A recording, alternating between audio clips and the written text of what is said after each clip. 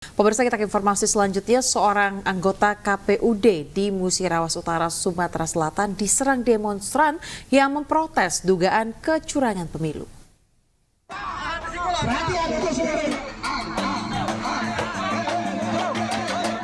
Inilah video amatir saat salah seorang anggota komisioner KPU Kabupaten Musirawas Utara diserang massa pengunjuk rasa di depan kantor Camat Karangjaya, KPU Kabupaten Musirawas Utara, Sumatera Selatan. Petugas kepolisian dan TNI berhasil melerai massa serta menyelamatkan komisioner KPU dan membawanya ke tempat yang lebih aman. Aksi penyerangan tersebut viral di media sosial. Unjuk rasa massa ini memprotes dugaan kecurangan pemilu 2024. Massa mendesak penghitungan surat suara ulang untuk DPRD Kabupaten di 3 desa, yakni di Desa Embacang Ilir, Embacang Baru, dan Embacang Lama, Kecamatan Karangjaya. Selain itu, massa juga sempat memblokade jalan lintas Sumatera yang menghubungkan Jambi dan Sumatera Selatan. Ini situasinya kondusif, kita mengucapkan terima kasih kepada seluruh peserta pemilu, terutama caleg DPRD Kabupaten Musirawas Utara yang dapilnya ada di Karangjaya. Jadi saya sudah bertemu dengan sebagian peserta pemilu caleg tersebut dan sudah tidak ada permasalahan. Aksi massa sudah ditangani aparat gabungan dan massa telah membuka blokade setelah surat rekomendasi dikeluarkan Bawaslu Muratara yang menyetujui tuntutan massa untuk melakukan penghitungan surat suara ulang pemilihan DPRD Kabupaten di 3 desa tersebut. Dari Kabupaten Musirawas Utara, Sumatera Selatan, Sudirman, iNews melaporkan. Pemirsa, seorang bendahara KPPS di Balangan, Kalimantan Selatan membawa kabur honor anggota KPPS senilai 115 juta rupiah. Pelaku diamankan polisi saat sedang kabur di sebuah hotel di wilayah Tabalong. Saat ditangkap, MH mengaku uang honor KPPS yang ia curi tersisa 17 juta rupiah saja.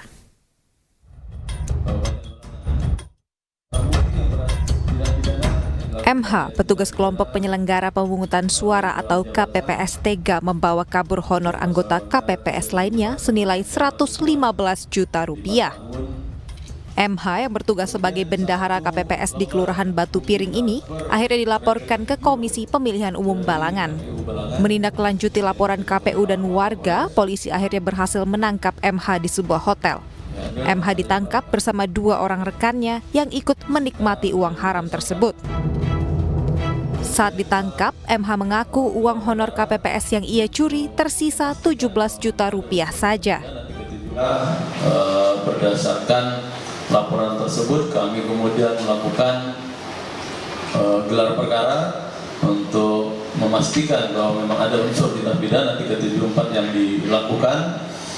Kemudian kami melakukan kegiatan pengungkapan, alhamdulillah atas informasi yang kita peroleh, yang bersangkutan pelaku dapat diamankan di salah satu hotel di Kabupaten Tabalong. Polisi juga menyita sejumlah barang bukti, diantaranya 1 unit sepeda motor, ponsel, dan beberapa bukti transfer rekening giro. Dari Kabupaten Balangan, Kalimantan Selatan, Sairi, iNews melaporkan. Pemirsa, 9 orang meninggal dunia setelah menjalankan tugas penghitungan pemilu 2024 di Jawa Barat. Diduga mereka meninggal karena sakit akibat kelelahan mengawal pemilu.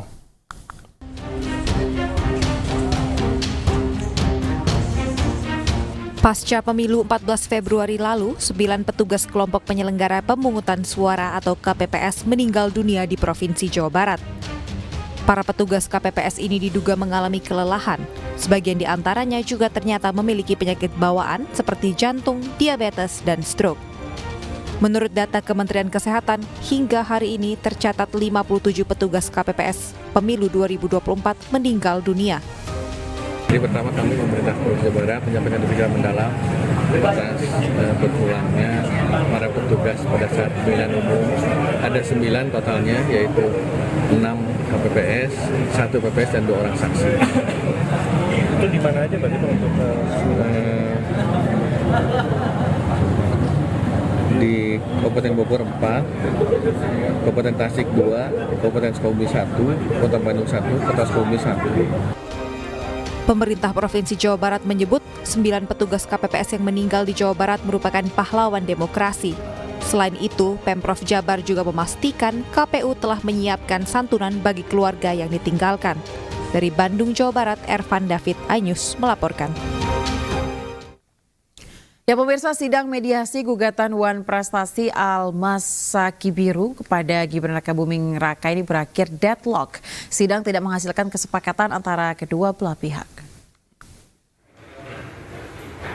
Sidang mediasi digelar di Pengadilan Negeri Surakarta, Jawa Tengah dengan Hakim Mediator Bambang Arianto.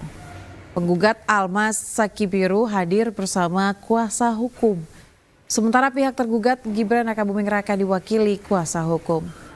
Kuasa hukum Almas mengatakan pihaknya tidak meminta kerugian materi. Mereka hanya meminta tergugat Gibran Rakabuming Raka menyampaikan terima kasih kepada Almas di media massa. Sidang akan dilanjutkan 28 Februari mendatang. Dari pertimbangan tim kami dan prinsipal yang kami coret dalil-dalil itu yang menyangkut mengenai kerugian material, uang dan uang paksa dan spam itu denda per hari 1 juta. Jadi yang kita minta ke tergugat hanya permintaan ucapan terima kasih saja. Intinya ini gugatan tetap berjalan, ditunda pada Rabu tanggal 28 ya. 28 Februari 2024. Ya kita ikutin prosesnya, kita hormati segala prosesnya dan kita apresiasi lah terhadap semua pihak yang bekerja. Pemirsa, sidang perdana pra-peradilan jubir TPN Ganjar Mahfud, Aiman Wicaksono, digelar di Pengadilan Negeri Jakarta Selatan. Aiman memohon kepada hakim agar ponsel dan akun media sosialnya yang disita polisi segera dikembalikan karena dinilai cacat formil.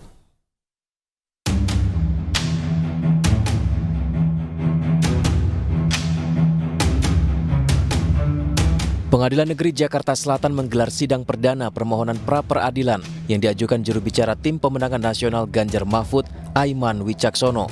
Sidang dipimpin Hakim Tunggal Delta Tama. Dalam permohonannya, Aiman dan kuasa hukumnya meminta agar penyidik Polda Metro Jaya segera mengembalikan ponsel pribadinya yang disita saat penyidikan. Selain ponsel, akun media sosial dan email pribadi Aiman juga disita penyidik. Aiman menilai penyitaan itu cacat formil. Apalagi pernyataan Aiman terkait dugaan aparat tidak netral dalam pemilu disampaikan secara lisan di media massa, bukan menggunakan ponsel atau media sosial. Saat itu Aiman juga masih berstatus sebagai wartawan aktif. Adapun sidang putusan pra-peradilan ini akan digelar pada Selasa pekan depan. Dan juga kita menyinggung berkaitan dengan status daripada klien kami, Saudara Aiman Wicaksono, yang mana itu dilindungi penuh dalam Undang-Undang Pers karena beliau mendapatkan atau Saudara Aiman Wicaksono mendapatkan informasi dari narasumber ini masih dalam status sebagai wartawan, belum mengambil cuti pada saat itu. Begitu pula pada saat menyampaikan konferensi pers itu juga Saudara Aiman Wicaksono klien kami masih berstatus sebagai wartawan, sehingga proses penyelidikan dan penyidikan ini menurut kami ini bertentangan dengan azas lex specialis derogat lege generali, ya, karena seharusnya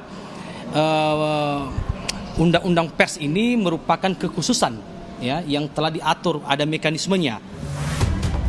Sebelumnya atas pernyataan itu sejumlah elemen masyarakat melaporkan Aiman ke Polda Metro Jaya atas tuduhan pelanggaran Undang-Undang ITE.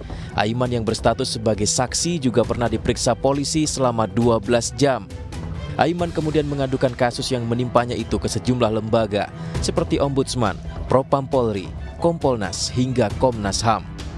Dari Jakarta, Jen Cahyani, Pandu Priyo, Sadu Santo, iNews melaporkan.